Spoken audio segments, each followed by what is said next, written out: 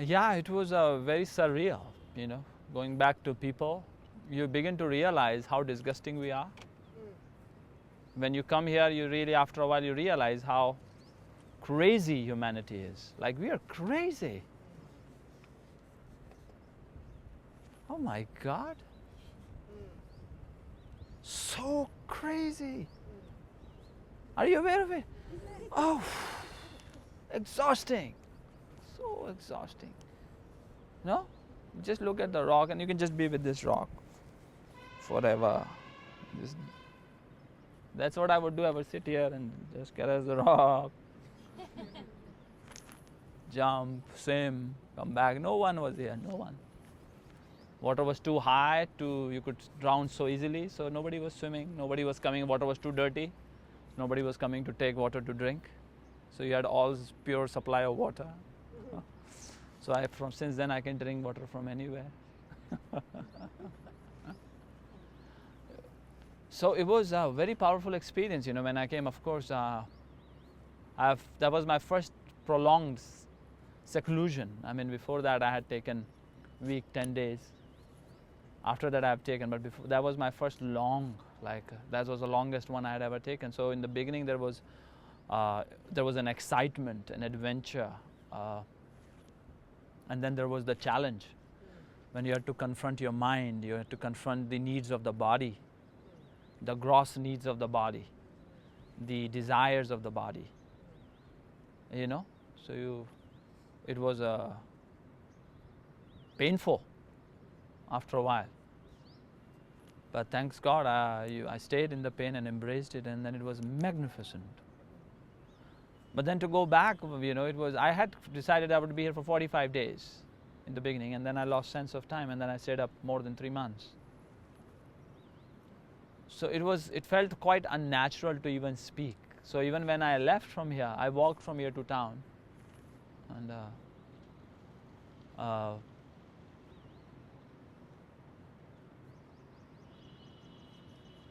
yeah, that's how I was. I was just looking at people. It took me a while I didn't know what to say.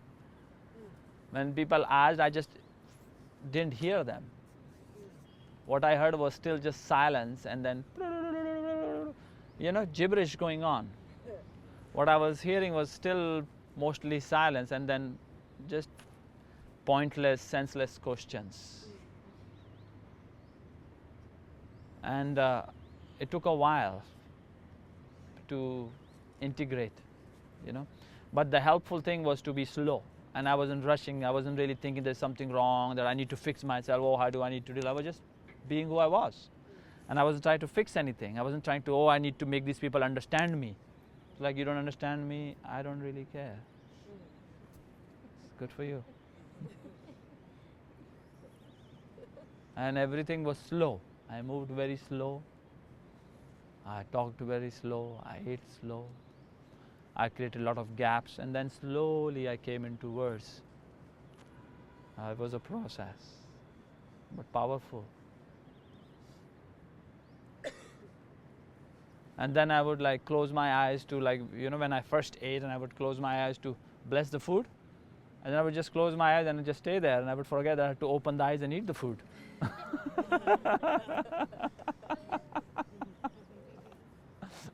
So it was fun.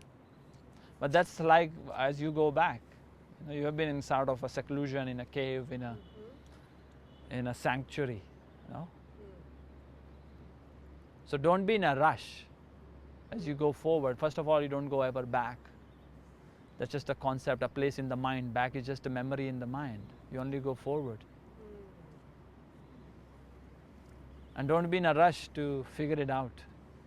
Don't be in a rush to try to explain to other people what your experience was. Ask them how they were instead. Because it's too much to ask, to think that the other person can understand where you are. You have had this profound experience. It cannot be explained by photographs or Instagram or just writings. It's just something which is more subtle and deep. It can't be explained by visuals, isn't it? So what did you do? I mean, where did you eat? Same place? What do you do every morning? Sadhana? Every day? Yeah. Did you go travel anywhere else? No. You were there for 1 month. What did you do? Nothing much. You got a certificate? Yeah, well, good. You got a certificate. Now you can teach.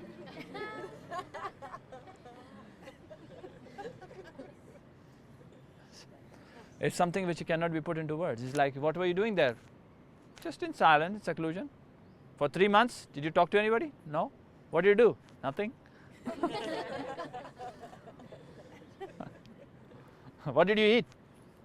Rice in the beginning, then very little. Really? Yeah? Cool. In a sense, it's very difficult to explain. And it's pointless. Why try to explain?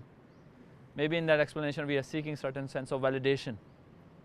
That please can you validate the experience I just had? And it's unfair to ask the person to validate the experience you had, because he or she has no clue.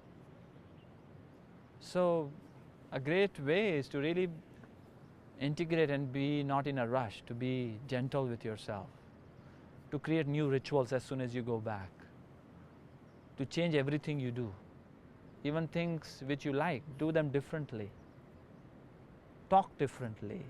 Do you understand? Change everything, subtle, small. Don't look for the big. Change subtle, subtle, subtle, small. Don't try to explain to people what your experience has been. You know? Continue your sadhana, deeply important. Continue your rituals. As soon as you go back, create rituals around your practice. Because if you think, oh, I'm jet lagged, I need to decompress from it, then you get trapped, you know, because then you get back into the old shoes that you had left once you got on the plane to get here. You all have a pair of shoes left. As soon as you get off the plane, some of you will, as soon as you get to Delhi, your mind will start working in that way. Oh, what do I need to do? Do you understand? You will start creating those. Some of you might already be experiencing it. Are you understanding what I'm saying? So resist that temptation to fall back into the familiar terrain. You know, go with the sense of, oh, I don't know, we'll see how it is. But make sure that there is no anxiety around it. Because that's one thing you have to take back, is a sense of certainty that no matter what, you're fine. That's the biggest gift of yoga, isn't it? This sense of self-mastery, this sense of freedom from circumstance, this sense of freedom from the changing, ever-changing variables of the relative reality. You're sensing, you're sourcing from source. So be slow. Don't be in a rush. Don't try to explain to everybody. Shift the attention on them. Ask them how they were, what they've been up to. You missed them or whatever. They need to hear to feel a little bit happy. Isn't it? Drop your neediness. You are masters. You go back as masters, you know. Not somebody seeking validation. Did I have I had a profound experience. Can you validate that I did have? Because a lot of time you will talk to people and they will not understand it, and then you will try to explain it to them and they will still not understand it, and you will feel that you lost something in that process. Do you comprehend? So just say it was brilliant. Less is more. And this, less is more. So be frugal with your words when you go and trying to explain this experience, you know. And create new rituals. Sangha, reach out, connect. You know, you have shared something powerful together. And hopefully you don't hate each other.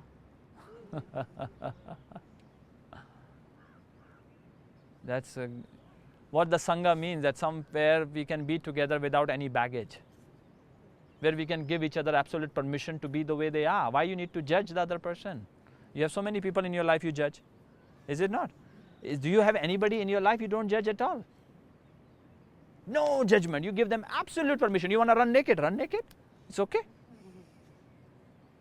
Wouldn't that be beautiful? Isn't that what love is? That you give the other person absolute permission to be the way they are.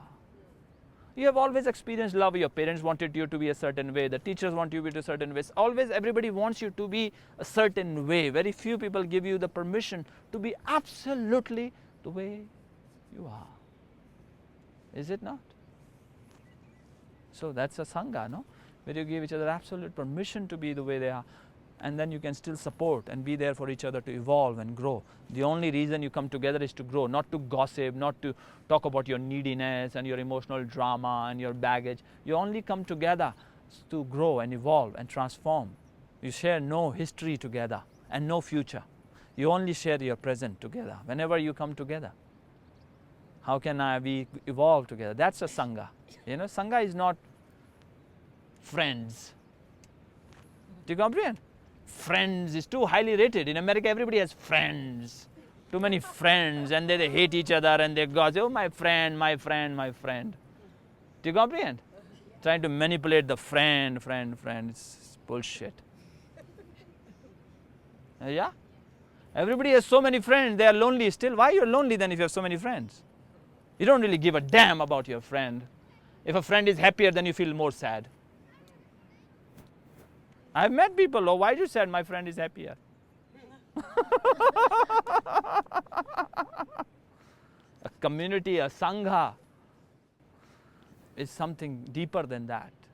It is not about friendliness. It is about commitment. A sincere commitment that I am here to evolve and I will stand with you if you are ready to evolve. I will not stand with you when you are needy and gossipy and all toxic. I will not sympathize with you. Do you understand? So that you may feel better and you may like me. I will only be honest brutally at times, but I'm gonna stand here forever if you are willing to stand and evolve and grow with me. That's a Sangha.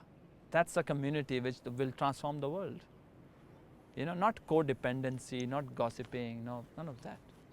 So as you go from here, as you have shared something so profound and powerful, very few human beings on the planet will get a chance to experience this together in such a powerful way. We are a lot of people. 7 billion and counting. That's a lot. Whew. Can you imagine how many people? 7 billion and counting. Isn't it?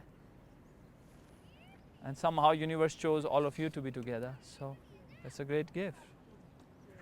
No? But to be together is not to be codependent or needy or sympathize and just agree for the sake of agreeing so that you may like each other. If we are together, the only point of being together is we can stand up for evolution. If we can stand up independent, alone, for growth, for awakening, and we can have our hand open. Do you understand? Not, oh, I will help. No, hand is open. If you want to clasp it, here I am for you. Then together we can change the world. Transform it. You are all pioneers and leaders in your own right. Lead without title wherever you are. Without a title, no matter where you are. Always lead without a title.